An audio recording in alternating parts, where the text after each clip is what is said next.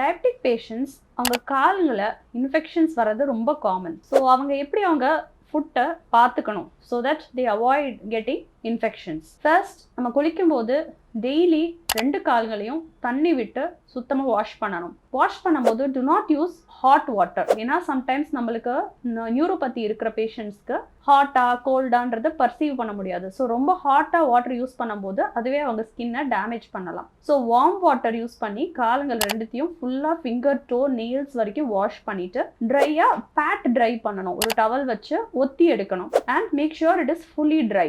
And dry skin இருக்கிறவங்க அதுக்கு மேலே மாய்ஸ்சரைசர்ஸ் அப்ளை பண்ணலாம். வீக்லி அவங்க டோ நெயில்ஸை ட்ரிம் பண்ணணும்.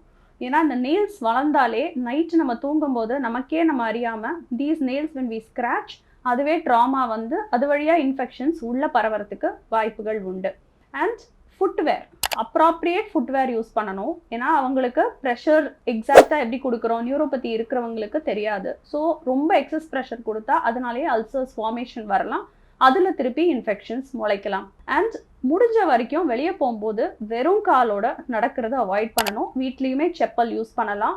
அப்படி தவிர்க்க முடியாத சில காரணங்களால் வெறும் காலோட நடக்கணும் அப்படின்னா சாக்ஸ் யூஸ் பண்ணுறது பெட்டர். ஏன்னா ட்ராமா வந்து நடக்காமல் இருக்கும்.